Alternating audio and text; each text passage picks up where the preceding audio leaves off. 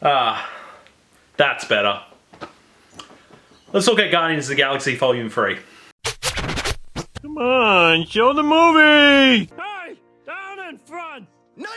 Alright, so Guardians of the Galaxy Volume 3 is the third installment in the Guardians of the Galaxy trilogy and also the next installment in the MCU. So basically, long story short, one of the members of the Guardians of the Galaxy is in trouble and it's up for the other members to be able to save them, but it's also introducing back that James Gunn flavour that we all know and love. So basically, in a Marvel movie, we are going to be expecting a lot of things that are going to be happening in the Marvel movies. We're going to be getting returning characters, we're going to be getting a lot of action scenes, obviously the quips, the jokes, but this movie, I gotta say, really surprised me, and I was so unprepared of watching this movie. First of all, I gotta say, like, definitely the standout in this movie was Rocket Raccoon's backstory. Honestly, without spoiling anything, this was like hands down my favorite parts of the movie, and it was just so emotionally driven, and also just the sheer nature of the scenes that you see in this movie.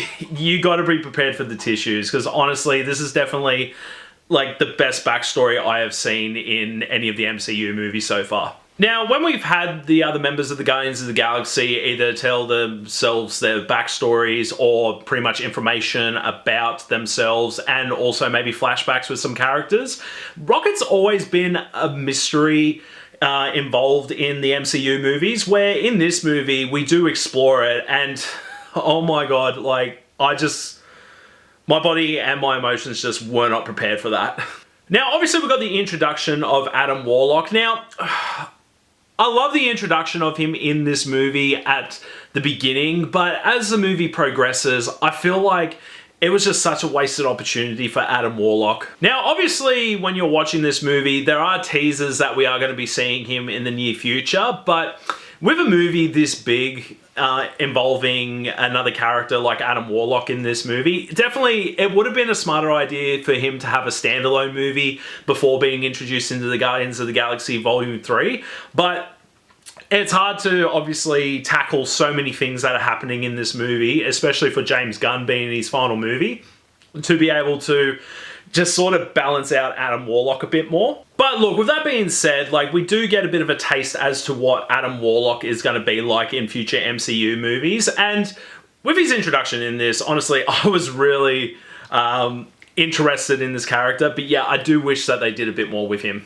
Now look, keep in mind too, this movie is definitely 2.5 hours long. There could have been some things that they probably could have cut out, or maybe some things that they should keep, but nevertheless, even with the long runtime, I was still hooked on this movie regardless. Now look, like I said at the beginning of this video, we do get a lot of the recurring things. You know, we've got big action scenes, we've also got, you know, the comedy involved in it. I do feel like with the comedy in this though, like, some of the jokes or some of the quips could have probably been not placed in very important or emotional scenes, but nevertheless, like, I didn't mind it. It wasn't as quippy as the last movie or as jokey as the last movie, but I did like the jokes, and I did get a good chuckle out of a lot of funny moments in this movie. Now, the High Evolutionary as the main villain in this movie, honestly, Marvel have been doing some pretty decent villains lately, and this one, like, he is just definitely a real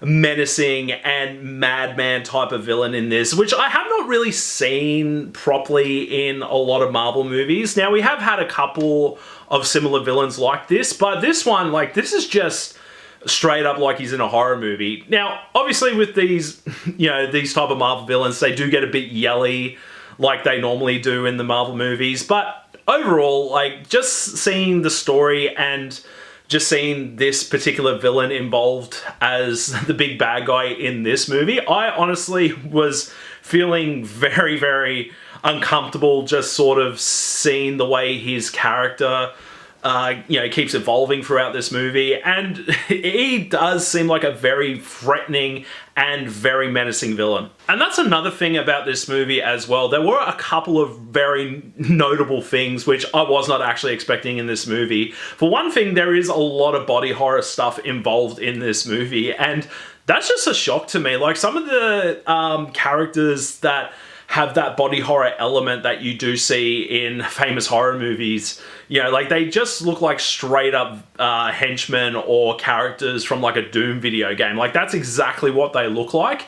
And another thing too about this movie, I was actually very worried about a lot of the characters involved in this movie, because there's always a couple of times where, you know, if you're watching Captain America or Thor or Iron Man in all of their standalone movies, like, you know, they're going to live at the end, or like they're going to be defeated for a little bit and then come back even stronger and go Super Saiyan. Where in this movie, I was legit actually worried about some of the characters in this movie. Now, without spoiling anything, like, I haven't really felt like that in a superhero movie in a long time, particularly in a Marvel movie. Like, it is just something that I love, having that feeling of, you know, just that worry of some of your favorite characters maybe possibly biting the bullet. But again, I'm not going to spoil anything involved in this movie, but that's just the feeling that I got from this. Okay, now yes, obviously the biggest elephant in the room here is that James Gunn, this is his last Marvel movie before he moves on to the other side of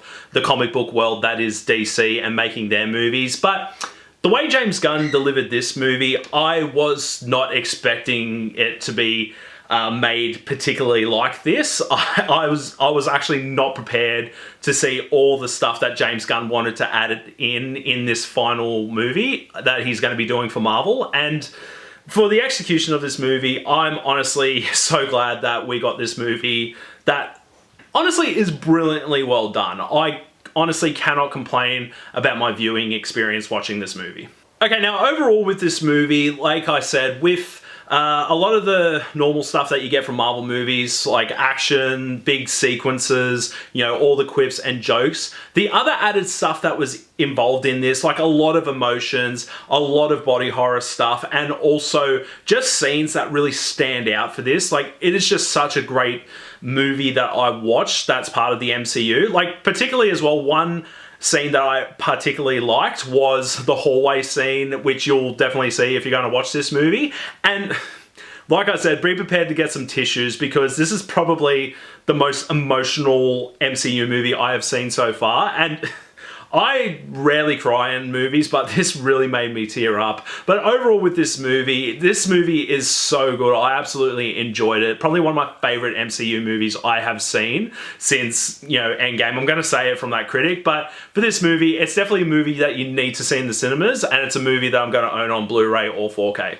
But what did you guys think of Guardians of the Galaxy Volume 3? Did you like it? Did you love it? Did you hate it? Let me know in the comments below. Don't forget to like, share, and subscribe. You can follow my socials up here as well. And as always, as I say at the end of these videos, get me some goddamn M&Ms. Miss Hoover, the movie's over. Down in front!